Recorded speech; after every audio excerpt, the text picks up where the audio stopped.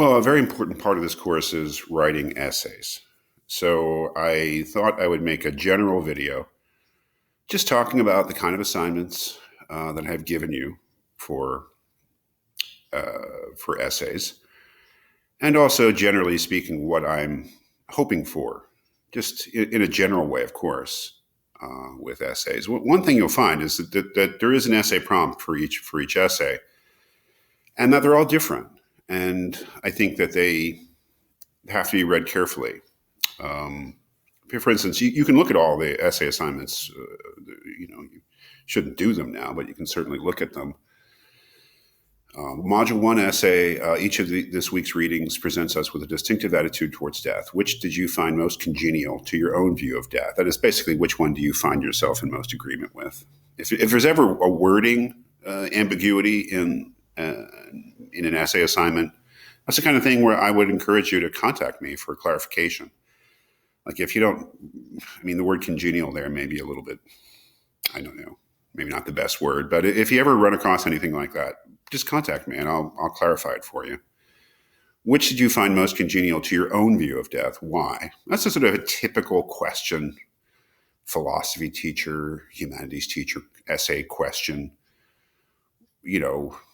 Which do you prefer and why, right? The why is always encouraging you to engage in reasoning, argumentation, that is, to make a claim and then to back it up. But this, as you can see, it's a fairly open-ended question. Obviously, there's no right answer. All I'm asking you to do is to look at the three sources from Game of Thrones, John Donne, and Ecclesiastes, and say, well, which one really do you find, touches you, or you find yourself in harmony with, or something, and why? It's a fairly open-ended thing.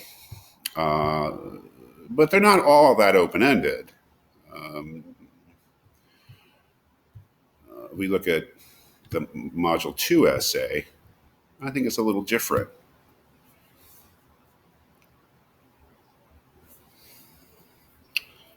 Explain why Epicurus' view of death is incompatible with that of Plato and why you favor one or the other. Again, sort of the two-part structure. Lay something out from the reading and then make a choice and defend that choice. This is, not, obviously it's open-ended in the sense that you have to decide which one you favor, Epicurus or Plato, and then you have to give some reasoning in support of that claim.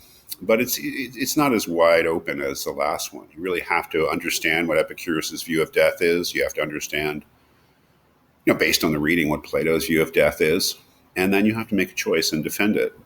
So there, it's not as, all of the essay assignments require that you read or watch and comprehend the week's materials. There's no question about that. To write a good essay, you do have to be, obviously, in command of the materials. That's why you have to take time. Maybe the most important part of this course is taking time with these readings so that you feel confident in them. What is Module 3 essay? I'll just do one more. In your view, whose conception of death is closer to the truth, Heidegger's or Landsberg's? Why? Okay, again, you have to have a grasp of what Heidegger was thinking about death, and you have to have a grasp of what Landsberg was thinking about death in order to write a good essay. And then you have to make your choice and you have to defend it. So, really the most important thing is to feel confident in the material so you can say something about it. But let's look perhaps at maybe some general advice for writing good essays. Number one, do pay attention to the question. These essays do have very definite questions that I put to you. Read the question carefully. Make sure that in your essay you're actually answering that question.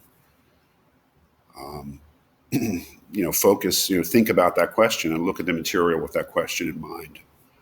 I'm sure that you could write a good essay choosing your own topic. There's no question about that. But to a certain extent, the essays in this class really serve both the purpose of you writing out your own thought, but really me seeing whether to what extent you grasp the material. So pay attention to the question. The question is important. Keep it in mind. The second is just a general, the idea of structuring your essay around proving a claim. While you're presenting material and then you're making a claim about a material, claim about the material, like which one do you think is better? And you want to have the essay, not prove in some kind of definitive sense that you're right, but give reasons for why you're right. So you remember, in an essay, much of what you're doing is trying to put over an opinion or put over an idea and try to prove that it's right. So you should always keep that in mind, is that in your short essay, it's only 500 words, it's only 2 pages. So there's not that much you can do. But you want to know is that this essay is really about, at the end of the thing, trying to establish a claim. Number 3 is obvious. Be familiar with the materials. Your essays will get better the better you understand the readings. One of the things that this class has been tailored to is short readings. Normally, when I teach an online version of this course over 3 months, I have very long readings, and there's a week for each reading, and the essay is structured around, well, you have a week to do this, But in the shorter version, I thought that it's just unreasonable. So we have materials which I think, are challenging, certainly challenging. Epicurus, Plato, Landsberg, these are all difficult things. But the readings are fairly short. So it's doable, is what I'm saying. And being familiar, being confident with your grasp of the materials will make your essays better. Next 2 pieces of advice are really connected. Quote judiciously and put things in your own words. Quoting judiciously just means quoting carefully.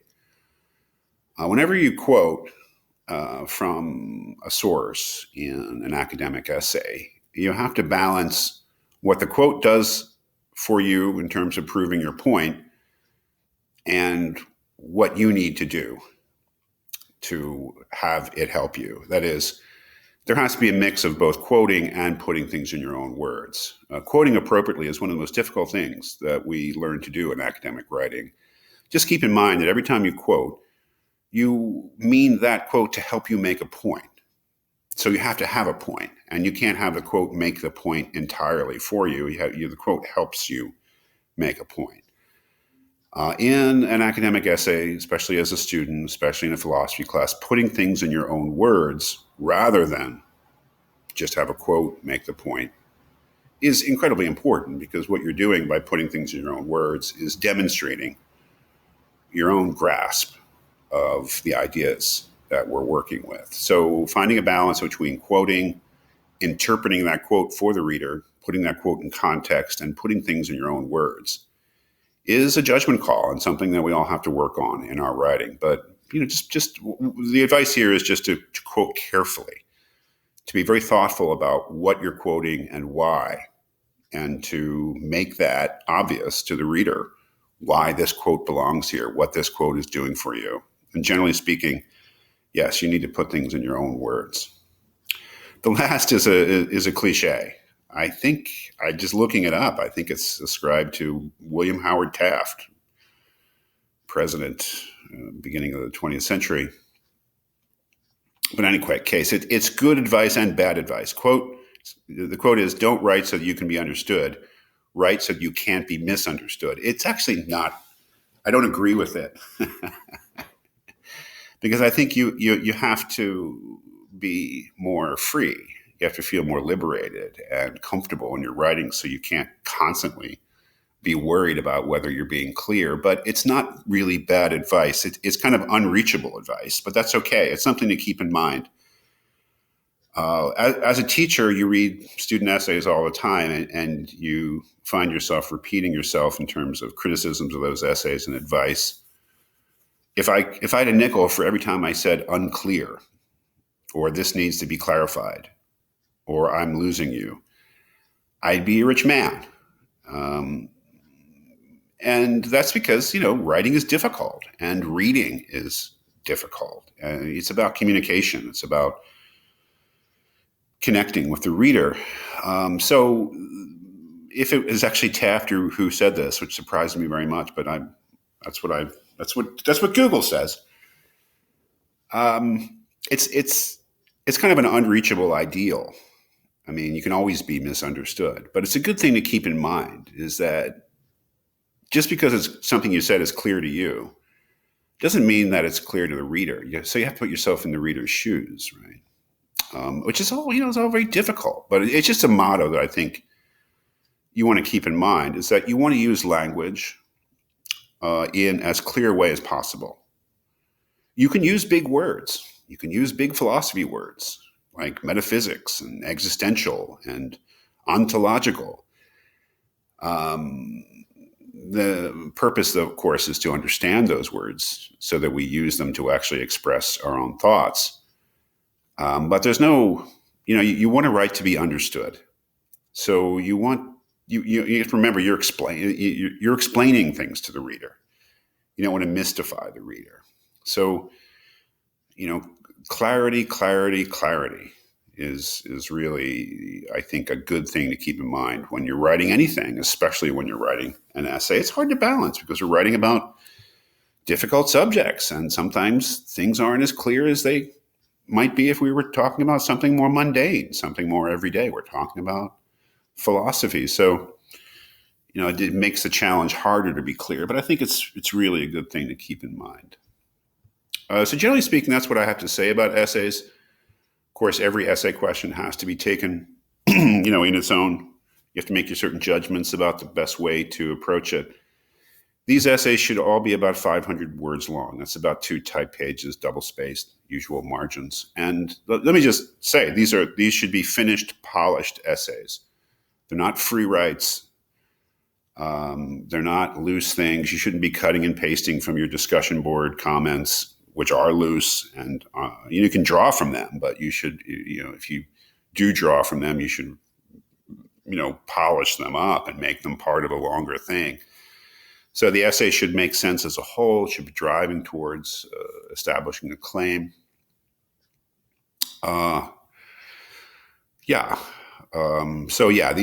are polished, finished essays that read like essays. They're not just sort of free writes. Are these essays about your opinions? Of course they are.